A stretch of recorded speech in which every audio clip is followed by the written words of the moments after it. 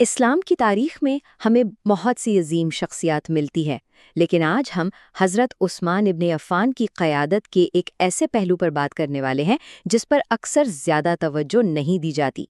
سب جانتے ہیں کہ وہ اسلام کے تیسرے خلیفہ تھے، لیکن ان کی قیادت میں ایک ایسی خاص بات تھی جو طاقت کے روایتی تصور سے آپ کہہ سکتے ہیں کہ بالکل ہی مختلف تھی۔ تو پھر سوال یہ اٹھتا ہے کہ آخر وہ کون سی چیز تھی، وہ کون سا ذریعہ تھا جس نے ان کی قیادت کو اتنا مؤثر بنا دیا؟ اور اس کا جواب شاید آپ کو تھوڑا حیران کر دے۔ وہ کوئی تلوار نہیں تھی، بلکہ ان کی اپنی دولت تھی۔ جی ہاں، ان کی ذاتی دولت جس سے انہوں نے کمیونٹی کی بھلائی کے لیے ایک حکمت عملی کے تحت استعمال کیا۔ آئیے اس کو ذرا گہرائی میں دیکھتے ہیں۔ تو ہماری کہانی شروع ہوتی ہے مدینہ ہجرت کے فوراً بعد، جب مسلمانوں کو اپنے نئے گھر میں ایک بہت بڑے بحران کا سامنا تھا۔ دیکھیے، جب مہاجرین مدینہ پہنچے تو سب سے بڑا مسئلہ تھا پینے کا پانی۔ شہر میں میٹھے پانی کا صرف ایک ہی کنواں تھا جس کا نام تھا بئر روما، اور مسئلہ یہ تھا کہ اس کا مالک اسے ایک کاروبار کی طرح چلاتا تھا، پانی بیچتا تھا۔ اب اس کی وجہ سے بہت سے غریب مسلمانوں کے لیے صاف پانی حاصل کرنا تقریباً ناممکن ہو گیا تھا۔ تو ایسے مشکل وقت میں حضرت عثمان آگے بڑھے اور انہوں نے ایک ایسا حل پیش کیا جو کاروباری ذہانت اور لوگوں کی خدمت کا ایک بہترین نمونہ تھا۔ اچھا، تو انہوں نے یہ کیا کیسے؟ یہ حصہ بڑا دلچسپ ہے۔ دیکھیے، پہلے تو انہوں نے 12,000 درہم دے کر کنویں میں آدھی حصہ داری خرید لی۔ اب معاہدہ بڑا سیدھا سا تھا، ایک دن کنواں حضرت عثمان کا اور دوسرا دن اس کے اصل مالک کا۔ تو حضرت عثمان نے کیا کیا؟ انہوں نے اپنی باری والے دن پانی سب کے لیے بالکل مفت کر دیا۔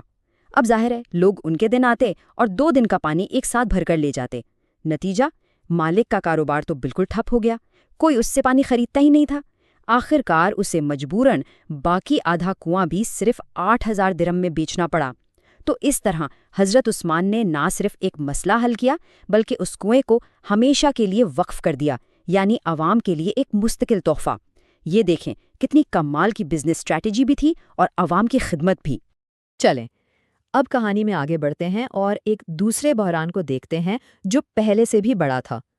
یہ ایک بیرونی فوجی خطرے کا معاملہ تھا جس نے پوری مسلم کمیونٹی کے وجود کو ہی خطرے میں ڈال دیا تھا۔ اس وقت حالات اتنے مشکل تھے، اتنی تنگی تھی کہ تاریخ میں اس مہم پر جانے والی فوج کو جیش الاسرا کہا جاتا ہے، یعنی تنگی والی فوج۔ ہوا یہ تھا کہ خبر ملی کہ بیزنطینی سلطنت یعنی رومن امپائر ایک بہت بڑی فوج لے کر عرب پر حملہ کرنے والی ہے۔ یہ ایک بہت بڑا اور فوری خطرہ تھا جس کا مقابلہ کرنا لازمی تھا۔ تو اس نازک موقع پر جب پیغمبر اسلام نے فوج کی تیاری کے لیے مالی مدد کی اپیل کی تو حضرت عثمان نے جو کیا وہ تاریخ میں ہمیشہ کے لیے درج ہو گیا۔ انہوں نے اکیلے، جی ہاں اکیلے ہی جیش الاسرا یعنی اس تنگی والی فوج کے 1/3 حصے کے تمام اخراجات کی ذمہ داری اٹھا لی۔ ذرا تصور کریں، 1/3 فوج، یہ ایک ناقابل یقین بات تھی۔ 1/3 فوج کا مطلب کیا تھا؟ اس کا مطلب تھا 1000 اونٹ، 70 گھوڑے اور پھر راشن اور دوسرے سامان کے لیے 1000 سونے کے دینار۔ مجموعی طور پر 30,000 کی فوج میں سے 10,000 سے زیادہ سپاہیوں کا پورا خرچ انہوں نے اکیلے اٹھایا۔ ان کی اس بے مثال سخاوت کو دیکھ کر پیغمبر اسلام اس قدر خوش ہوئے کہ انہوں نے فرمایا، آج کے دن کے بعد عثمان جو بھی کرے گا اسے کوئی نقصان نہیں پہنچے گا۔ یہ الفاظ اس عمل کی گہری روحانی اور تاریخی اہمیت کو ظاہر کرتے ہیں۔ تو آئیے اب ان دونوں واقعات کو ایک ساتھ رکھ کر دیکھتے ہیں کہ یہ حضرت عثمان کی میراث کے بارے میں ہمیں کیا سکھاتے ہیں۔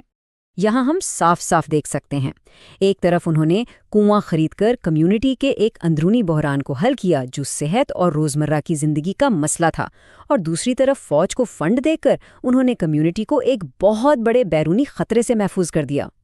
تو سمجھنے کی بات یہ ہے کہ یہ صرف خیرات یا پیسہ دینا نہیں تھا، یہ اس سے کہیں بڑھ کر تھا۔ یہ پوری کمیونٹی کی بقا اور اس کے مستقبل کے لیے ایک بہت گہری سوچی سمجھی سرمایہ کاری تھی۔ انہوں نے اپنی دولت کا استعمال کمیونٹی کی بنیادوں کو مضبوط کرنے کے لیے کیا۔ اور یہ سب ہمیں آج کے دور کے لیے ایک بہت اہم سوال پر لا کر چھوڑتا ہے۔ حضرت عثمان کی اس مثال کو سامنے رکھتے ہوئے ہم سب کو سوچنا چاہیے کہ آج کے زمانے میں جو انفرادی دولت اور وسائل ہمارے پاس ہیں، انہیں معاشرے کی اجتماعی بھلائی کے لیے کس طرح بہتر طریقے سے استعمال کیا جا سکتا ہے۔